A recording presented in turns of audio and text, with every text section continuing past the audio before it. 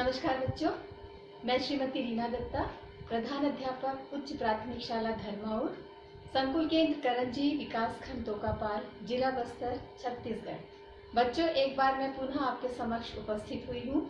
आज हम पढ़ेंगे कक्षा 8वीं में इतिहास विषय के अंतर्गत अध्याय 2 भारत में ईस्ट इंडिया कंपनी की स्थापना। तो सबसे पहले हम देखते हैं नए मार्ग की खोज। बच्चों, पिछले कक्षा में आपने पढ़ा है कि समुद्री मार्ग को किसने ढूंढा था? 1498 में वास्को डी गामा, जो पुर्तगाली नाविक था, उसने नए मार्ग की खोज की थी, समुद्री मार्ग की खोज की थी। और इस मार्ग की खोज हो जाने पर पुर्तगाली व्यापारी जो थे, उनका भारत में आना जाना शुरू हो गया। बहुत सरलता से वो आ जा सकते थे। और उस समय सूरत जो था, ये प्रमुख व्यापारिक केंद्र था। और पुर्तगालियों ने क्या किया? गोवा को अपने अधिकार में कर लिया और यहाँ से वो व्यापार करना शुरू कर दिए। और यहाँ से जो भी जहाज गुजरता था, उनसे वो लोग क्या करते थे? टैक्स वसूल करते थे। और जो टैक्स नहीं देता था, उनके जहाज को वो डुबो देते थे। तो इस प्रकार सूरत पर या गोवा में इनका प्रमुख वर्चस्व स्थापित हो गया था।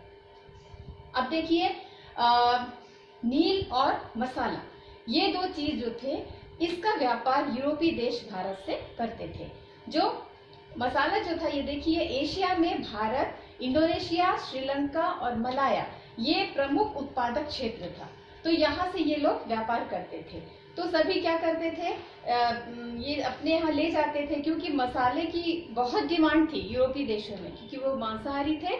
और मांसाहारी होने के कारण मसाले का प्रयोग वो बहुत अधिक करते थे, जो हमको कहाँ मिलता था? एशिया महाद्वीप के भारत, इंडोनेशिया, श्रीलंका, मलाया आदि क्षेत्रों में प्राप्त होता था।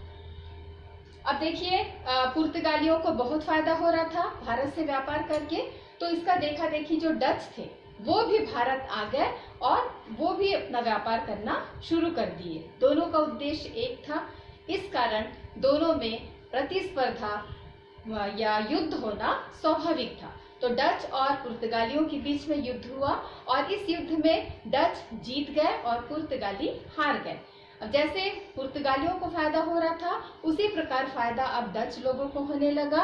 उसको देख करके फ्रांसीसी और अंग्रेजों का भी मन हुआ कि वो भी यहाँ पर आकर के अपना वर्चस्व स्थापित करें।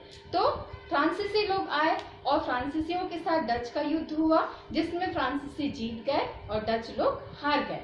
और फ्रांसीसियों में देखिए, फ्रांसिस मार्टिन, इसने क्या किया?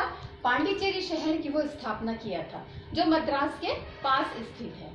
अब इसमें ये एक महत्वपूर्ण प्रश्न आता है कि पांडिचेरी शहर की स्थापना किसने की थी? किसने की थी? फ्रांसिस मार्टिन ने पांडिचेरी शहर की स्थापना की थी। अब फ्रांसीसियों का व्यापार बहुत अच्छे से चल रहा था। वो पांडिचेरी और चंद्रनगर से अपना व्यापार करने लगे। अब इनके बढ़ते हुए लाभ को देख करके इंग्लैंड, अंग्रेजों को भी ये लगा कि अब हम भी यहाँ जाएं। तो अंग्रेज भी क्या हुआ? अंग्रेजों ने भी भारत में आकर के व्यापार करना शुरू कर दिया। वो बम्बई, मद्रास और कोलकाता से व्यापार करते थे। और इस प्रकार वो क्या किए? समुद्री मार्ग से होते हुए भारत आ पहुंचे और मद्रास को उन्होंने अपना मुख्यालय बनाया। वहां रह करके वो अपना राजधानी बना लिया और वहीं पर रहते थे वो और व्यापार करते थे। अब देखिए, इसमें यहाँ भी वही बात लागू होती है कि जिस प्रकार डच और पुर्तगाली लोगों के बीच में युद्ध हुआ था, वैसे ही अंग्रेज और फ्रांसीसी दोनों का एक ही उद्देश्य था। दोनों के बीच में भी युद्ध होना शुरू हो गया। और इतिहास में हम देखते हैं कि अंग्रेज और फ्रांसीसियों का जो युद्ध हुआ था भारत में, वो कर्नाटक के युद्ध के नाम से प्रसिद्ध है। कर्नाटक का प्रथम युद्ध, कर्नाटक का द्वितीय युद्ध और कर्नाटक का तृतीय युद्ध। और इस युद्ध में अंग्रेज जीत जाते हैं और फ्रांसीसियों की हार हो जाती है। इस प्रकार अंग्रेजों का दक्षिण में वर्चस्व स्थापित हो जाता है। तो फ्रांसीसी तो हार गए। पांडिचेरी जो है, ये शहर है, यहाँ पर फ्रांसीसी लोग रहते थे। आज भी यहाँ पर फ्रांसीसी सभ्यता देखने को मिलती है। अब देखिए, ये तो हो गया दक्षिण में। अब इस नक्शे के द्वारा मैं आपको बताना चाहूंगी कि ये देखिए, दक्षिण में ये मद्रास, यहाँ पर अंग्रेजों ने इस क्षेत्र को पूरा अपने वर्चस्व में कर लिया। अब इनका ध्यान किधर गया? पूर्व में। कहाँ? बंगाल में, है ना। ये बंगाल, अभी जो हाँ ये वाला, ये बंगाल है। तो यहाँ पर इनका ध्यान गया। क्यों गया? क्योंकि आप जानते हैं कि अंग्रेजों की जो नीति है फूट डालो और शासन करो की नीति है। अब क्या हुआ कि बंगाल में कुछ इस प्रकार से राजनीतिक स्थिति बन गई थी जिसका फायदा अंग्रेज उठाना चाहते थे। बंगाल में अलीवर्दी खां वहां का नवाब था।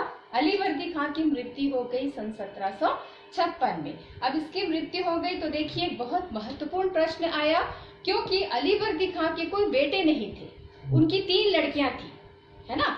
3 लड़कियां थी। अब इसकी मृत्यु हो गई। अब उत्तराधिकारी में किसको बनाया वो अपना उत्तराधिकारी? सिराजुद्दौला को।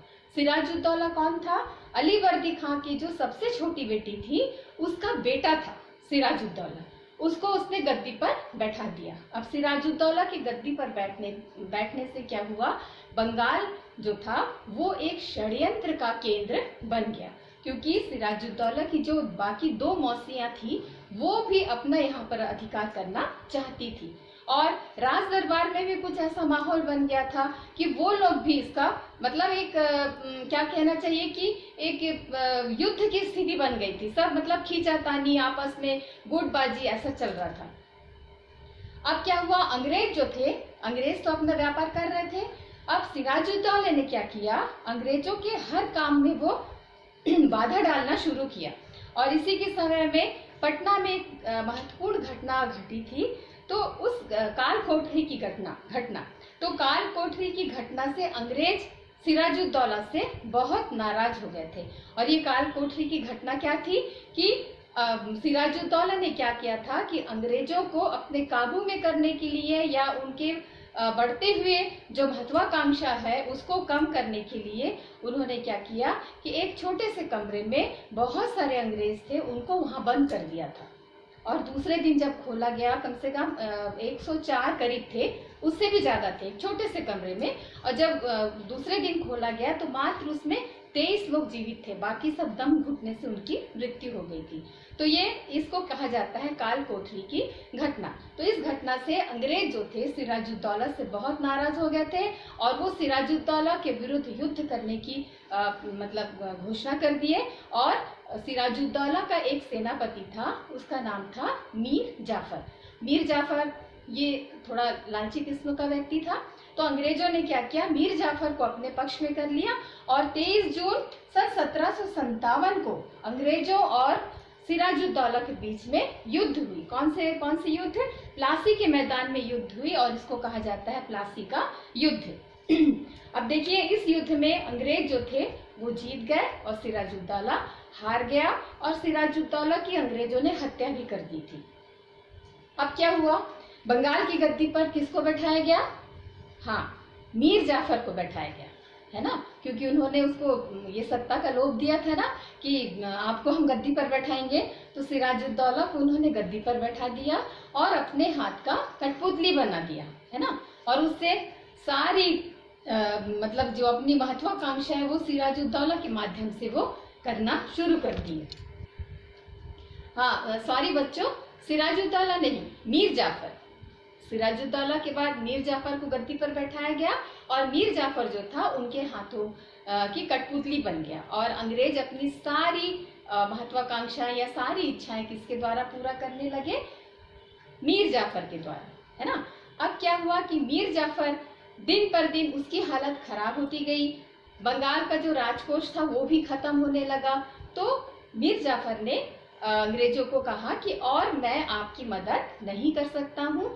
तब अंग्रेजों ने क्या किया? मीर जाफर को गद्दी से उतार करके उसका जो दामाद था उसका नाम था मीर कासिम, मीर कासिम को गद्दी पर बैठा दिया।